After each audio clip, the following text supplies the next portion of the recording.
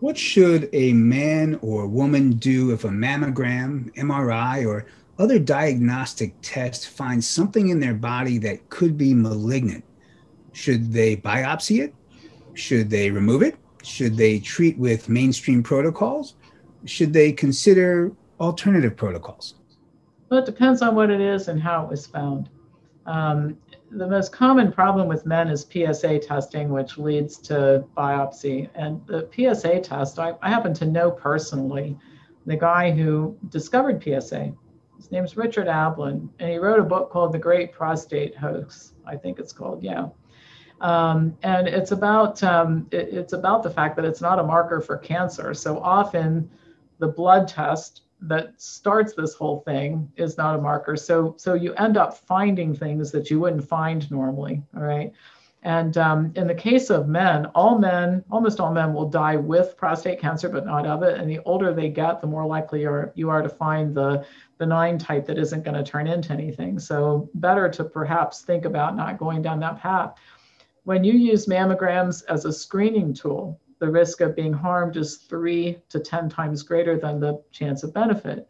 And you end up finding a lot of not cancer. Ductal carcinoma is a risk factor for cancer. It's not cancer. Lobular carcinoma in situ is a risk factor for cancer. It's not cancer. When you start imaging, you often find what Gilbert Welch, he's a medical doctor in New England, who's written a lot of great books on health. I recommend everything he's written. He calls them incidentalomas. Like you were looking for this, but you found a cyst on the kidney. What is it? You were looking for this, you found a spot on the lung. And so you have to be particularly cautious in the case of an incidentaloma, I think, before you go down the path of assuming it must be something devastating. We've lost the art of what I call active surveillance in this country. I don't like watchful waiting because that sounds like, oh, I'm just going to sit around, do nothing. But sometimes what you want to do is work on improving your health and see if this thing, whatever it is, stays stable or turns into something.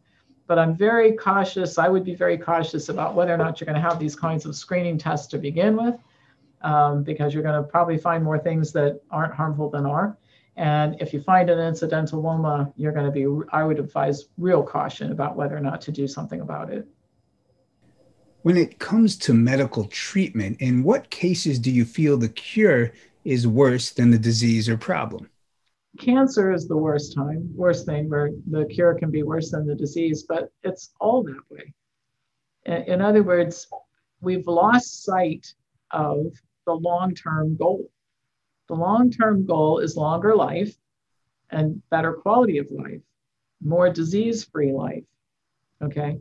So we're managing markers, and it's driven by the drug companies. And they, about 25 years ago, they started getting involved in these expert committees that set diagnostic guidelines. So let me give you a good example of how the cure is just irrelevant, right? So it used to be that when your fasting glucose was 140, your doctor would give you a lecture and say, you better do something about this or I'm going to put you on a drug.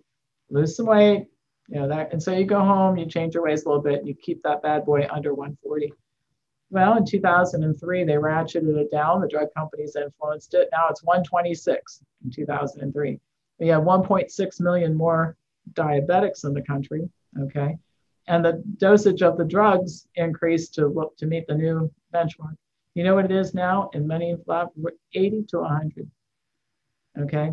And then they started inventing this mythical disease of prediabetes. Well, pretty soon everybody qualifies for treatment, but you're treating people who aren't sick. And when you start drugging and treating people who aren't sick, it's all risk and no possible benefit. All right. So medicine right now is a cure that is worse than the disease because in many cases there isn't even any disease. And I got to tell you, alternative practitioners are sometimes worse than the mainstream because again, that paradigm, they're working inside the same paradigm. The idea that you detect something earlier and earlier and earlier means that you're actually treating people who are not sick at all. And medicine is supposed to be for people who are sick. Now, I'm 64, so I sound like I'm 110 years old when I say this, but I grew up in an era where there was a family doctor. All right. We had a family doctor. He took care of my grandparents. He took care of my parents, my sister and I, and my uncle and aunt, and their 5 children. Family doctor. He knew our family. My mother didn't trot us off to the doctor all the time. What is this well child visit thing? What are you doing taking a well baby to a doctor? All right. This is nonsense. So he knew our family. And if something was wrong, he took care of it. I had to have my tonsils taken out. I had chronic infections as a kid, the whole 9 yards. But this idea of constant hanging out with doctors, testing and testing and testing and coming up with things that are increasingly clinically insignificant, calling it a disease and treating it, it's all the cure is worse than the not disease, I guess might be the better statement to make. How does a man protect against prostate problems? Get rid of the dairy products. I mean, there's a great deal of evidence suggesting that the consumption of dairy in terms of relationship to prostate cancer is there's a stronger relationship than smoking and lung cancer. So I would do that.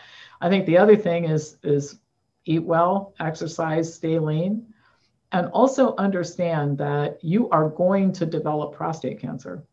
Okay. I think by the time you're in your 80s, like 80% of men have it. So the question is, if all men die with prostate cancer, but only 3% die of it, you have a 97% chance of being overdiagnosed, and you'd be real cautious, about testing. How do you lose weight? Which is worse, sugar or fat when it comes to weight loss? It isn't which is worse. It's a dietary pattern and exercise. You're not going to lose weight and be a lean person unless you exercise, because you can be lean, you can look lean on the outside, but still have a lot of body fat, which is not good. Okay.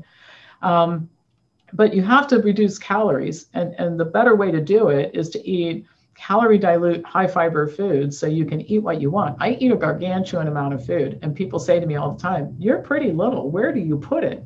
Well, I'm burning it for fuel. Okay. But isn't it more fun to eat big plates of food than it is to eat little tiny amounts of stuff?